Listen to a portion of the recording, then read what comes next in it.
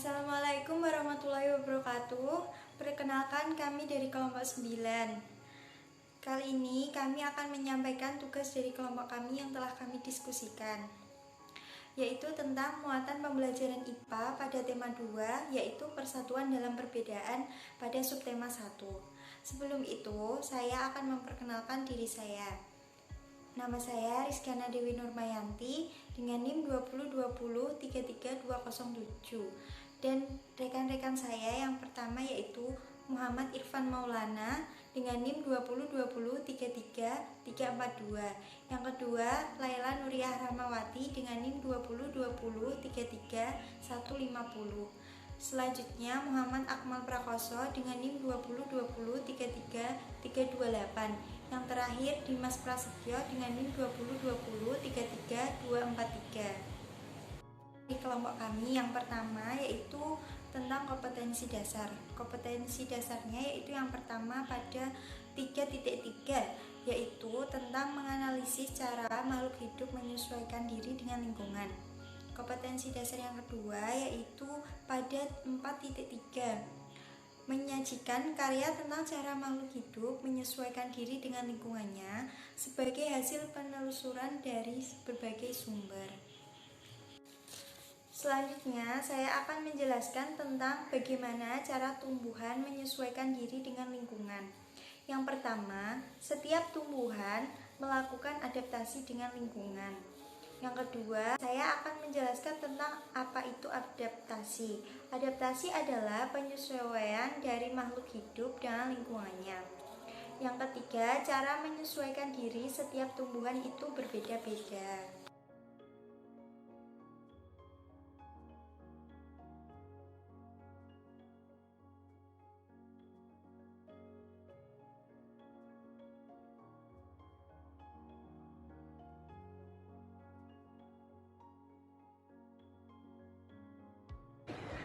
Adaptasi morfologi.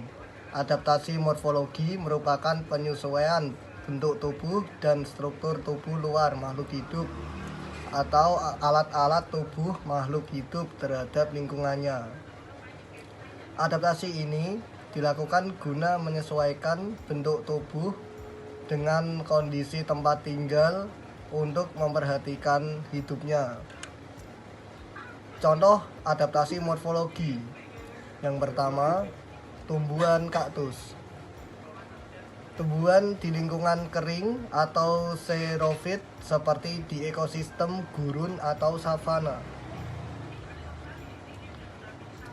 Daun yang kecil seperti duri membuat laju penguapan semakin kecil. Akar yang sangat panjang dan penyebar agar kebutuhan airnya tercukupi. Seluruh permukaan tubuhnya tertutup oleh lapisan lilin untuk mencegah terjadinya penguapan air yang terlalu besar. Nah, contoh selanjutnya dari adaptasi morfologi adalah tanaman bakau.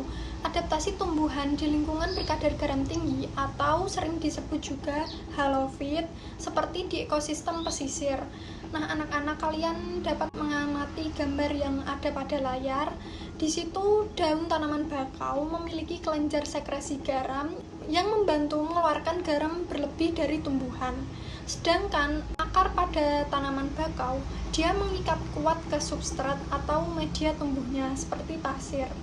Selanjutnya ada tanaman teratai. Adaptasi tumbuhan di lingkungan berair atau sering disebut juga tanaman hidrofit seperti di sungai, danau, dan di waduk.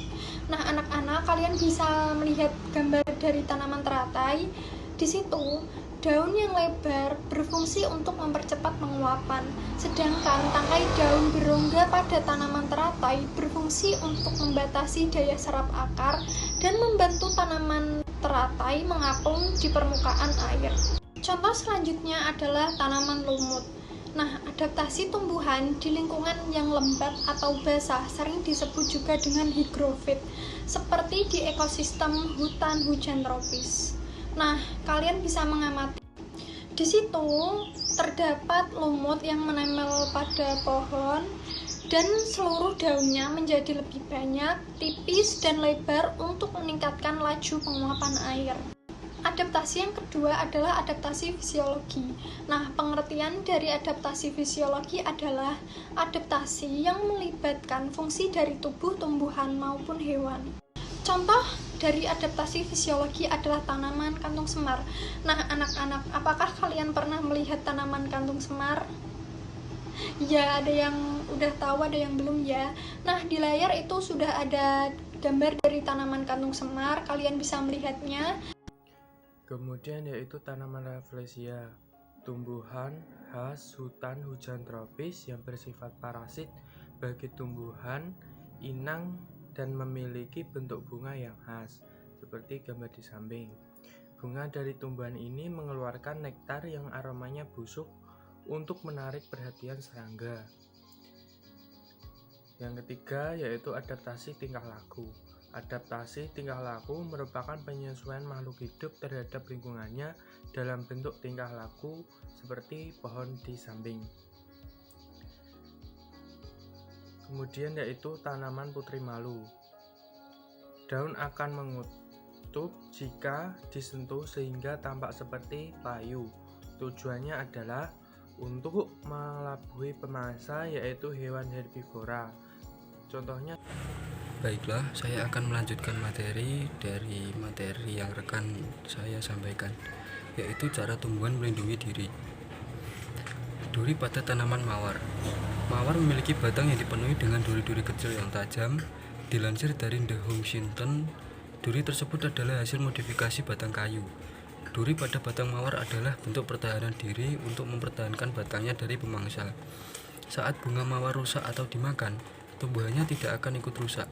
Namun kerusakannya pada batang dan akar bisa berakibat fatal, sehingga duri melindungi tumbuhan mawar dari serangga juga hewan herbivora seperti rusa, kuda, dan binatang lainnya.